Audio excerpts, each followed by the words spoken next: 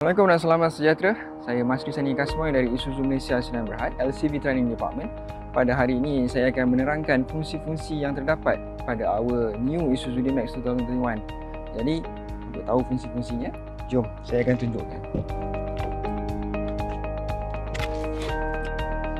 Okey, saya ingin menunjukkan forward collision warning.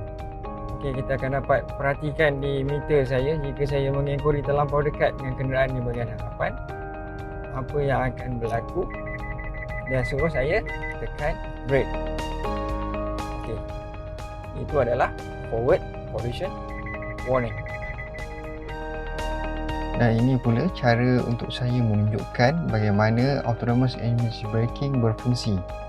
Jika forward collision warning sudah diaktifkan dan saya masih lagi tidak menekan brake dan jarak kenderaan hadapan dengan kenderaan saya semakin rapat, sistem autonomous emergency braking akan mengambil alih dan akan mengaktifkan braking system. Itu adalah autonomous emergency braking. Terima kasih.